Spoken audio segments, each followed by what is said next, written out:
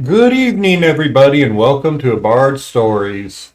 Well, tomorrow is Halloween, a day for you to take your kids out trick-or-treating. Go see your neighbors, maybe a mall, fire department, wherever your community has it. It's a tradition in America, one that many of us growing up enjoyed and loved, and it's one that we should still be doing to this day. So if you've got the kids, take them out and have fun. If you're the neighbors, family members, whatever, have the candy, and when they come say those famous words, give them a nice little treat. Or maybe a couple rocks for the older kids. Anyway, on to the movie. Well, as the title says, it's Jaws from 1975. It only cost $9 million to make. It grossed $476 million. That's $2.8 billion adjusted for inflation today. Why did I pick Jaws? Well, I was been thinking all month, what is the scariest movie ever? Oh, there's a lot of scary movies that when you went, they scared you, they scared your girlfriend. But when you walked out, you weren't scared anymore. They didn't leave lasting impacts or change your life or the way you did things. But Jaws did, and still does to this day. It made millions of people afraid to go in the water that year.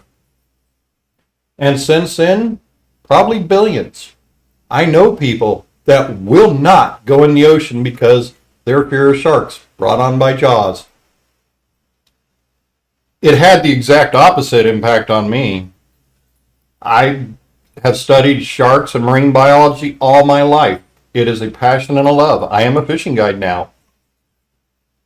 I have 3 saltwater aquariums, so I'm one of the ones that were lucky enough to be inspired by it. The story is based loosely on a true story. There were shark attacks on the eastern seaboard at one time, and that's where Peter Benchley, our author, got his idea for it. Sharks do attack people. That is a fear. That is legitimate. When you go to the water, I have still seen people, California, Florida, the Gulf Coast, that you can see them looking for that fin. And if you, are kind of a wise guy like me and start humming the theme song we all know so well, you might not get the nicest look back at you. So it terrifies people. Not only in the theater, not at home when you're watching it, but when you go out to the beach or even the lake or river. I've seen people afraid of it. So how do I justify calling it the scariest movie of all time? Because it has that impact that carries through into real life. It was based on the book, as I said, by Peter Benchley, and I would encourage everybody who loves the movie or seen it to go read the book. You may come away not liking a couple characters anymore. Just saying, there's things in the book that are a lot different than in the movie. But the movie's plot is real simple. Boobies! Yes, as a young man, that poster and the book cover, well, boobies. Loved them then, love them now. We start off with Chrissy Watkins at a party on the beach. She decides to go skinny dipping. And we get the attack. Multiple strikes by an unseen terror. When her body is found the next day and taken to the coroner, it's ruled a shark attack.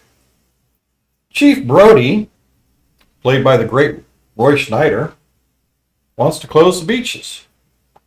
And the mayor allows him to do it for a little bit. And then we have the beaches back open for again. Well, what happens? We get the 2 fatalities that day. Yes, people. The young Kittner boy attacked right there in front of everybody. All we see of the attacker is fins. But we often forget the second fatality of the day. Pippin, man's best friend. We take a moment in silence to remember Pippin. Well, Mrs. Kittner takes out an ad after that in all the major papers. That's how we used to get our news back then, was papers mostly, and TV show, but they were pretty much locally based. National Geographic, Outdoor Life, probably National Sun, whatever, you name it. We're led to believe she's taking them out everywhere. And the fishermen descend on a small island of Amity to hunt down the shark. Well, Chief Brody has requested help from a marine biologist. Matt Hooper, played by Richard Dreyfuss. And, well, they catch a shark. The bounty hunters, that is. Hooper thinks it's not the right shark. Well, there's only one way to be sure. Go out and cut him open. Well, the mayor's not going to allow that right there on the dock. But Brody and Hooper get drunk enough and they go out there and do it. At night. It's not the shark. They've got a problem on their hand. And they try to explain that to the mayor. A billboard behind them, and he shows it to the mayor. He says, those proportions are correct. The mayor doesn't want to hear it. The mayor yells at the chief that it's graffiti. Horrible, horrible. Well, a little time passes, and we get the next attack. The chief's son is almost killed this time. A man is. And now the solution. We're going to hire a fisherman. Not just some yahoo from out of town or what have you, but a local fisherman. Quint. Quint's a very colorful character. Played by the great Robert Shaw. I do love his portrayal. And they go out on the boat. We finally see the shark. All glory of Bruce, the attorney. The shark. For those who don't know, yes, Jaws has a name. It's Bruce. Steven Spielberg's attorney's name. Kind of fitting and hilarious at the same time. Well, after a lot of chasing, and we get a night scene. I want to specifically say to the men and the women in the United States military, thank you. Because in that night scene, we learn about the USS Indianapolis. It is a true story, my friends. Many soldiers, sailors lost their lives that night. We're told it's by the sharks, but we do know from history that sharks probably did get some wounds to other, some probably by drowning, some were saved. God bless them all.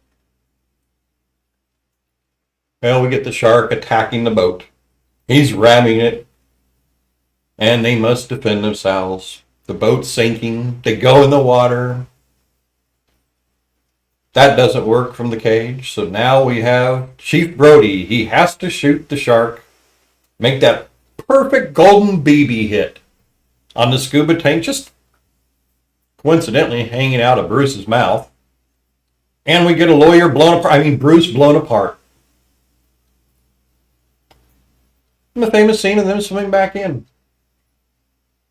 Jaws has a lasting impact on culture and life. It's a great movie, one by which many are measured up to in the horror genre, but also it is one that still scares us to this day. As somebody who loves marine biology and studied it all his life since he's seen that movie, great white sharks, which I have had the honor and privilege of swimming with, are a magnificent creature. Protected in many parts of the world now. Rightfully so. They are the apex predator. But they're not mindless killing machines out there to eat you. Or as the movie says, they swim, they eat, they make babies. Well, that's pretty much what they do. But they are a magnificent creature. I am a fishing guide. I understand the extreme need for conservation.